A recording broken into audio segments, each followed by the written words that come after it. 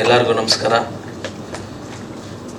ನನ್ನ ಪ್ರೀತಿಯ ಮಾಧ್ಯಮದ ಎಲ್ಲ ಹಿರಿಯರೇ ಹಾಗೂ ಪತ್ರಕರ್ತ ಹಿರಿಯರೇ, ಸ್ನೇಹಿತರೇ, ಮಿತ್ರರೇ, ಒಂದು ಸಿನಿಮಾನ ಗೆಲ್ಲಬೇಕು ಅಂತಂದರೆ ನಿಮ್ಮಗಳ ಖಂಡಿತ ಎಲ್ಲರಿಗೂ ಗೊತ್ತಿದೆ. ಆದ್ರೂ ಯಾವಾಗಲೂ ನಿಮ್ಮ ಆಶೀರ್ವಾದ ಎಲ್ಲರೂ ಕೇಳ್ತಾರೆ.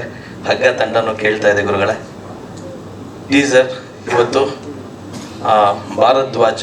ರಾಜ್ ಭಾರದ್ವಾಜ್ ನಿರ್ಮಾಪಕರು, ಅವಿನಾಶ್ ಡೆಬ್ಯೂ ಡೈರೆಕ್ಟರ್, ನಮ್ಮ ದಯಾಳ್ ಸರ್ ನಮ್ಮದು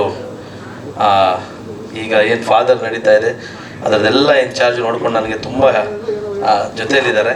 ಚಂದ್ರು ಈ ಥರದ್ದು ತುಂಬ ಚೆನ್ನಾಗಿ ಮಾಡಿದ್ದಾರೆ ಸಿನಿಮಾ. ನಾನು ನೋಡಿದೆ, ನೀನು ಇದು ನೋಡು, VFX ಎಲ್ಲ ಭಾಳ ಚೆನ್ನಾಗಿ ಮಾಡಿದ್ದಾರೆ ಅಂತ ನನಗೆ ರಾತ್ರಿಯಿಂದ ಹೇಳ್ತಾಯಿದ್ರು. ಹೌದಾ ಗುರುಗಳು, ಹೊಸ ಟೀಮು ಅಂತ. ಸೊ ಬಂದೆ, VFX ಎಲ್ಲ ನೋಡಿದಾಗ ನಿಜಕ್ಕೂ ಒಂದು ಪ್ರಾಮಿಸಿಂಗ್ ಆಗಿದೆ. ಡೆಬ್ಯೂ ಡೈರೆಕ್ಟರ್ ಅಂತ ಅನ್ನಿಸ್ತಾ ಇಲ್ಲ.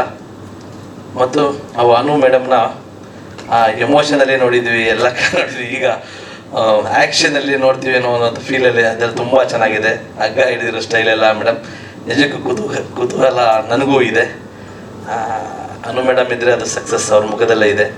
ಒಂದು ಒಳ್ಳೆ ಫ್ರೆಶಸ್ ಟೀಮ್, ಹೊಸ ಹುಡುಗರು, ಹೊಸತನ.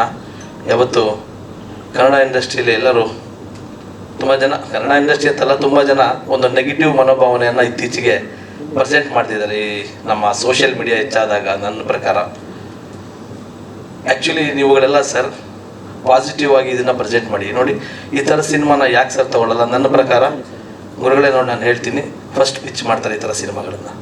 ಒಂದು ಕಂಟೆಂಟ್ ಸಿನಿಮಾಗಳನ್ನು ನಾವು ಪ್ರೆಸೆಂಟ್ ಮಾಡಿದಾಗ ನೋಡಿ, ನಾನೇ ಹೇಳ್ತೀನಿ, ಇದು ಅಮೆಝಾನಲ್ಲಿ ಫಸ್ಟ್ ತೊಗೊಳ್ತಾರೆ. ನಾನು ಇವತ್ತು ಹೇಳಿರ್ತೀನಿ ನೋಡಿ ಸರ್ ನಿಮಗೆ.